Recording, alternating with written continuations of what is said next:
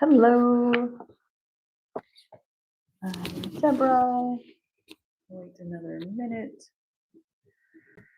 before I start my pause and process for today. I noticed the picture looked blurry. I'm going to check it out. Hopefully, it doesn't keep looking blurry. That's my thumbnail picture. I'm going to show it more today during my talk, but this is a page of my book, which you can buy on my website, How to Train My Brain. And we're going to talk a lot today about when we feel safe and loved. It's a term called neuroception. Um, this is actually the fear. This is not the cover, but we're going to talk more about this today. How our nervous systems last week, I highly recommend going back to my talk last week, which was on the central nervous system, because I talk about the nervous system all the time. And just very briefly, I'm Debra Wallace, licensed marriage and family therapist. I have a master's degree in human development in family studies. I'm licensed marriage and family therapist, and I never said that. And I love neuroscience, understanding our central nervous system. I love the parent-child relationship because that's where it all begins. Conception from day one, our connection to our nervous system, and also I'm also well versed and trained in trauma-informed care. For one, I'm a thriver of many traumas, and I help many feel whole and want to live in this very chaotic, confusing, triggering world. Um, so that's in a nutshell. That these pause and process is an opportunity.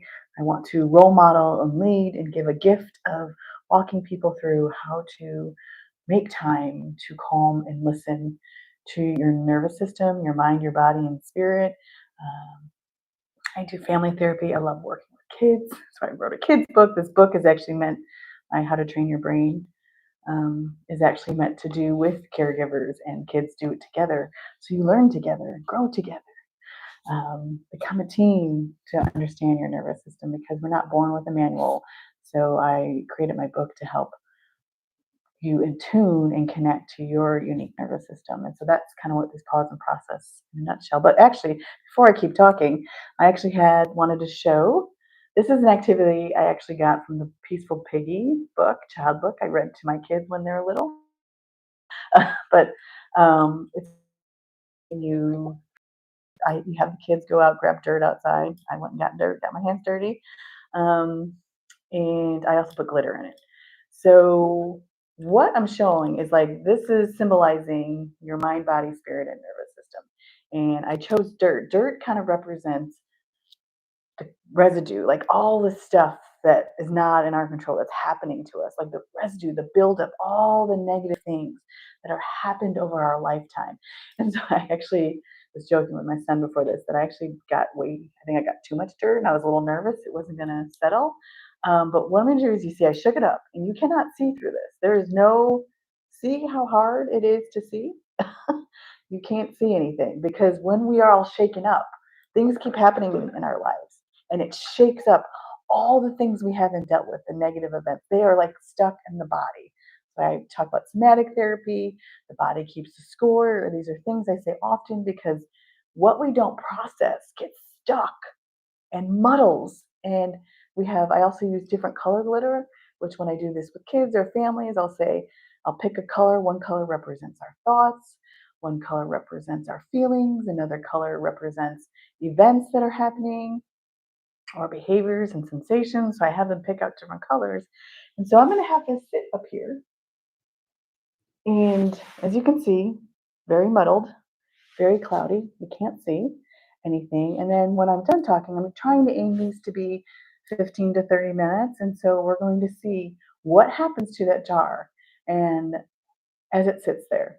And that is my aim is to give anyone who shows up to these talks and is in my presence space to pause to connect to your mind, your body, your spirit, and your nervous system. And again, I'm going to show this picture. I really recommend to watch my talk from last week because as you can see, our nervous system goes everywhere. It is our brain, it is our sense organ, it is our spinal cord, it is our nerves. Um, it is regulating everything. Actually, I just use the word regulating. I will often use the term dysregulation and regulation because when our vital needs are met, when we are feeling safe, and I'm going to talk more about safety today because I'm using the word neuroception, um, but when we have our vital needs met, when we feel that we are in safe relationships and environments, and when we have the skills and the tools and we feel confident and capable, then our nervous system, our mind, body are going to be connected. There's going to be homeostasis. Muscle systems change. So there's a balance when things are in order. We are regulated. That means we can function. And our systems are so amazing. I mean, we have a hormonal system, we have the circulatory system, we have the regulatory system. I mean, we have so many systems. And when we are regulated, all of our functions can flow and work and function, and we can feel good and we can be our best selves. However, when stressors, cues of threats are activating our nervous system, we get shaken up, like you saw that jar. Look at it, look how it's looking. Still muddling, but you can still see there's some settling, there's some separation now, but we become dysregulated. We can't think clearly. Um, what I'm going to show, actually, I didn't show this as a thumbnail, but when we become dysregulated, and we sense and we feel scared, angry, alone, upset. And I usually fear. Basically, the neuroception, this part in our brain. I use a dog in my book. We have this part that's on 24/7, scanning for cues of threat and safety. This is on all the time.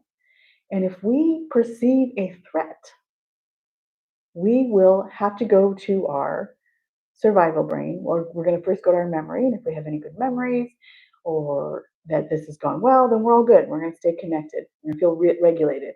However, if we have memories of this not going well, and then we have no one next to us that is someone we trust, feel safe with, that is warm and empathetic, which I have a lot to say right now about the term empathy. It's being talked about a lot in some news. Empathy is vital. And like right now, as I'm sharing this story, you can see my brain is going to some current events that are happening, and we need a survival. It is actually, when we have empathy, is actually a sign that your brain is well integrated and that you got needs met when we have empathy. So that's an indicator. But we also need empathy. Healing from trauma requires an empathetic witness. That is like a key ingredient, and in processing. That's why processing is also part of my talk here, because process initially first is just identifying and labeling, and that's what we're doing. But if you think about it, so whenever we feel fear, when we sense a threat, we disconnect from our intelligence, our high brain, our high survival skills, and we often we feel lots of negative feelings, uh, as you can see. We feel afraid, confused, lonely, stressed, overstimulated, helpless, hopeless. There's a whole bunch of feelings. And as we do these talks, I'm going to give more and more science behind it. This more playful way. We cannot understand or learn new information when we're feeling under threat. We make poor choices. We lose control of our thoughts, our attitude, our body, and behaviors. We are unable to be aware of thoughts and feelings, of how our actions are affecting others, and unable to empathize with others. I just noticed I lived in New Zealand, so this is spelled in the New Zealand English way. Feel weak and sick, and we become mean. These are signs that we are feeling under threat. And as an American right now, our United States is under massive threat. And this is another reason why I chose to do these talks, because I want to be a safe, nurturing place, no matter what your politics are. I'm not there again. We all have bias, and I actually will make another comment about bias. Um, Yet, I'm going to bring it to science. We all have a nervous system, and we are all going to react when we're under threat. And as I showed this, like all sides are feeling under threat. Like there's there's so much threat happening, and there's also so much trauma happening. And trauma is anything that happens too much, too fast, too soon, that is beyond our ability for our nervous system to manage and control. And that can look different. Everybody is different, and yet there's mass trauma happening in my country that I love. And as a therapist, anyone who comes to my office, they are welcomed. They are welcome. There is no I provide a non-judgmental place, and and I advocate and I help people listen to what their body needs to feel safe, soothed, and secure, and empower them to make changes in their life so that they can get those needs met. And I also believe there's so much science behind taking care of children under age 5, promoting programs under age 5, when our brain and nervous system are developing the most, taking care of pregnant mothers and young expecting families. And can you just imagine getting a letter, like if you're the provider of the family or whatnot, what's going on? You get a letter and you have a week to decide whether you're going to take a buyout option or not. Your whole life. And now, if your whole career was in this federal government and now you have to change, and again, there needs to be change. And I'm not saying there does not, but there is a way to implement change that is respectful and creates and empowers and is healing. This shaking up happens just like that. And is why I'm doing these pause and process, because our nervous systems need space to pause and process. And when I mean process, I shared more about what I mean by process in my last video, but at bare minimum, it just means naming it, noticing it, because we can't change anything or address or truly heal things if we're not even aware that they're happening. So awareness is the first step. And so noticing, naming things, labeling things is very useful. Um, so I had noticed when I found out that the sound wasn't working, I was like, oh boy, what am I going to do now? I'm just going to do my best to salvage this, and I'll probably redo this talk. But part of me was, should I just abandon? Because we also have fight, flight, or a freeze, free. We all have these different, I tend to be more of a freezing person, but here I was live. So I'm like, I can't do that right now. And so I noticed all that stress, and I just thought, well, I'm just going to do a little thumbnail review, and you can already see what's happening as it's sitting there, because that's my hope, that as you sit here, now I'm talking. So I'm actually going to stop talking and let you breathe and listen to your own body, because you may have noticed while I'm talking, I might be sharing some new things that might be activating some different thoughts and feelings, and you're having reactions to it. And so, I want you just to take a moment to breathe, and breathe whatever feels normal and natural to you. Don't overthink it. So I tend to aim to breathe in through the nose and exhale through the mouth.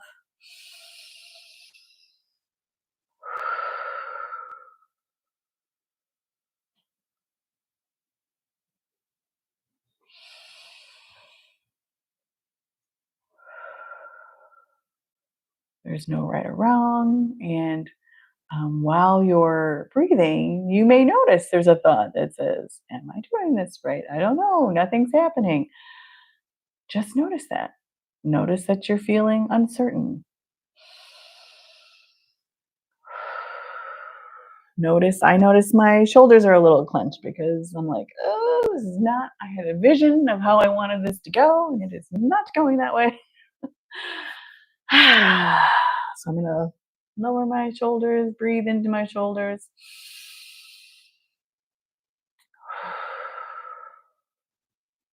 I'm noticing it's windy outside, which kind of represents the wind of all the thoughts that are going through me right now, of my intentions and what I was hoping for.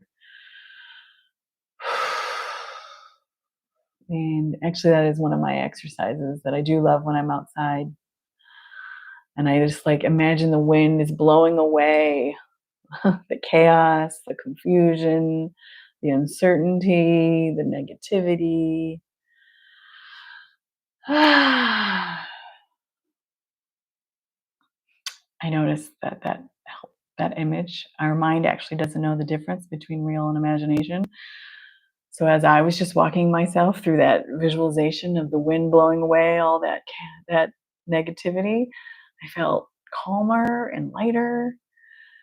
And then you heard me sigh. That's actually making noises. I love reading. I'm reading all the time. I'm going back to rereading Befriending Your Nervous System, and she just gave this image of the vagus nerve, which I talk a lot about. I won't go in full detail, but she gave the image. It starts back here at our brainstem, which I talk about, and it goes along your neck, and it heads down the front of your lungs and down to your gut. Which is like when I was hearing it, I was like, that's when we feel like many people think you're having a heart attack when you're having an anxiety attack. The vagus nerve is just, this is like your main, and again, it's a bunches of nerves, not just one nerve, but like that's where it all goes. And like I'll have a lot of clients like, oh, you just feel it in your throat, the tightness, because it's restricting.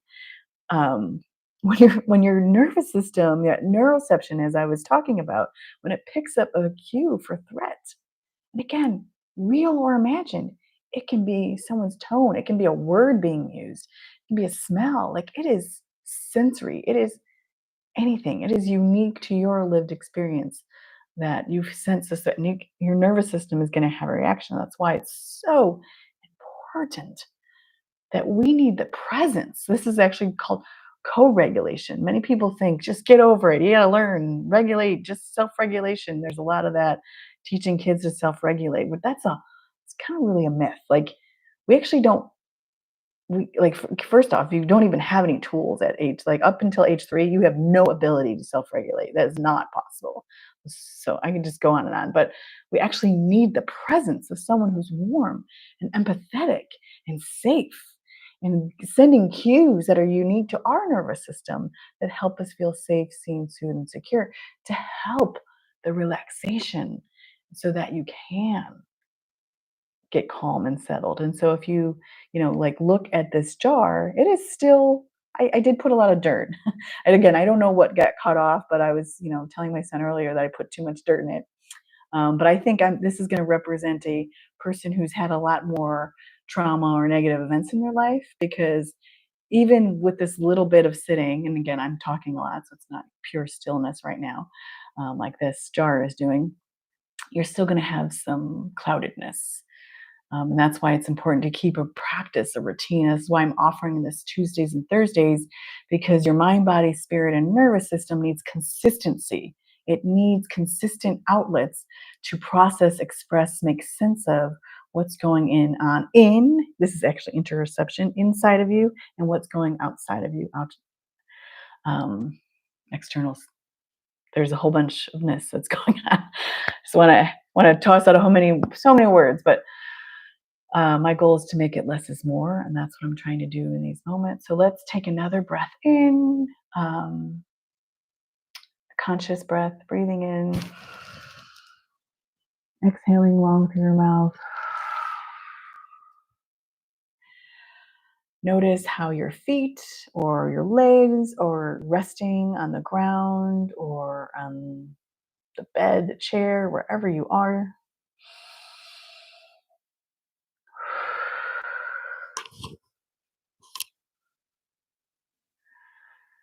Notice how you're sitting on the chair. Notice, because a lot of times we don't even notice. Like right now, I actually moved a little bicycle, little thing in front of my feet so I can keep moving them. But I'm noticing that's uncomfortable. And here I was just so focused on this that I wasn't noticing my discomfort of my legs. So now, as I just called attention to that, I'm going to put my feet flat on the ground. Because we're going to hold patterns. That's the thing. We're going to just keep going to our default patterns because it's what we're familiar with. It's what we're used to.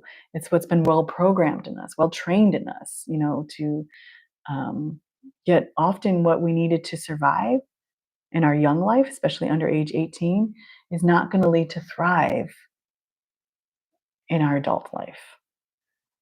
And it's so important to make time to pause, connect to your mind, your body, and spirit, listen to what it needs so that we can make adjustments and respond in ways that align with our best intentions, our goals, our values, whatever we're wanting to move forward in. And I'm just going to share this metaphor because we're almost out of snow, so I'm going to use it now. I've been sharing it a lot.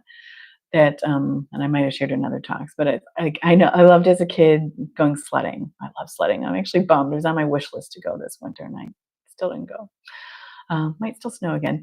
But and I actually broke my tailbone snowing. So I even had a negative experience sledding, but I still love sledding. But anyways, on one of those paths, what the one everyone wants to go down because it's well grooved. Everyone keeps going down it. And if you think about our nervous system, our brain, it's just all these bundles of of um, of neuron participants. I mean, there's so much wiring going on, and so all these connections. And so what fires together wires together is a well-known saying in neuroscience because we have all these synapses connecting. And so we're going to do the same thing. We're just going to keep going down that same well-grooved path. And although with sledding, a lot of times it's fun, but it can lead to hurt. In our mind, though, we're actually getting stuck in grooves and ruts because they're just so default. They're just so well patterned and grooved, and we just keep going down them because they're easier. And it actually, if you've ever had the experience of making a new sled hill, I have, you get your sled and you go down on the white, powdery white snow and you just fall. And you're just like scooting, scooting, scooting, and you can barely move. It is not fun. It's just like, it's cold outside, it's uncomfortable. Yeah, I just remember snot running down my nose. I know I'm giving way too much detail, but I really can remember this memory. Um, but that's what you're doing when you're rewiring your brain, when you're creating new healthy habits for yourself. You are starting a new pathway in your brain. And that takes effort and it's uncomfortable. And it takes doing it again and again and again without that pleasure yet. But I assure you, and this is what I'm trying to do in these moments, is to teach the science, to give the experience, share what I've experienced firsthand in my life of how we can make these new pathways in our mind, body, spirits, and in our relationships. And the first relationship we have to focus on is the relationship within ourselves. And I was showing images. I don't know if it showed up. I might have to fix the picture, but like this is our body when we're in fear. Like I said, it just takes an eighth of a second to feel a sense of threat. And we're constantly scanning our environments for cues of threat and safety. And that's the process of neuroception. And then this is when we feel safe and loved, then we can make responsible choices. We can control our thoughts, attitude, body, and behaviors. We can have empathy, which I was sharing, and I don't know if I got heard about how important empathy is for the growth and development of our nervous system and for our society. Collaborating, working together, providing cues of safety is vital. And then we are more strong and healthy, and we can be kind. So this is from my book, How to Train the Brain, which you can get from my website, positivereframe.org. And if you look at that jar, like I mentioned, this is still cloudy. I'm actually going to let it sit there. I'm doing these lives Tuesdays and Thursdays, but I'm giving a heads up that I'm actually flying on Thursday. So I'm going to do my best to make it happen. I make things happen, like kept rolling with today. But I'm actually going to leave that sitting there, and I'm going to either take a picture or take another short video and see what it looks like on Thursday and see if that gets if it gets more clear. But as I said, I was probably role modeling that this is more of a nervous system that has had a lot of residue, has had a lot of trauma, has a lot of things. Actually, I would have more dirt, to be honest, because on average it takes 2 years of this conscious, really somatic. I want to throw out more words out there, but I don't want to add more. But bottom up work. Our brain how it develops, that's a whole other talk. But a lot of talk therapy is top down, where these are smart files up here, our higher functioning brain. However, because a lot of trauma happened in development of the low brain, we actually need a lot more bottom up, which means somatic exercises, which is why I work us through a lot of somatic exercises and listening to your body for cues and how to know so you can pick up those cues and take care of yourself and do things that are best for you. And so, again, I could go on and on. Thank you so much for listening. Um, let's take another breath in. Breathing in. Actually, I'm just going to have you breathe in like maybe your favorite color, or if you have an intention or a word that comes to mind, like, I love hearts, compassion comes to mind. So I'm just going to breathe in the word compassion. And I'm going to give compassion for myself that I messed up and dropped the speaker, didn't have it on, whatnot, didn't charge it. I'm going to give myself compassion for in order for today's talk.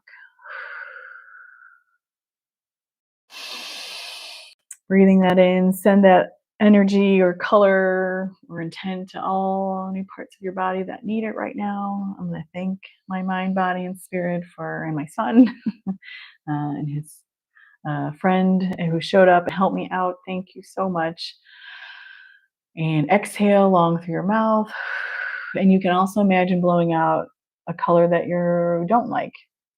And just like I was walking through that metaphor of the wind blowing, you can also do that with your breath and just imagine all the ugliness that's happening. I tend to use more like a browny green color, like it's like blows out, like, again, but you use whatever works for you. Just blow it out. And then, like, you're scanning from head to toe and just notice any thoughts, feeling sensations. If you notice any areas feeling a little bit lighter, a little more clear, like that jar. See the separation. You remember how it looked? It was shaken up. And maybe, like I said, it's just a little bit. Like you just notice a little ease or a little light. That's growth, that's progress, and celebrate that.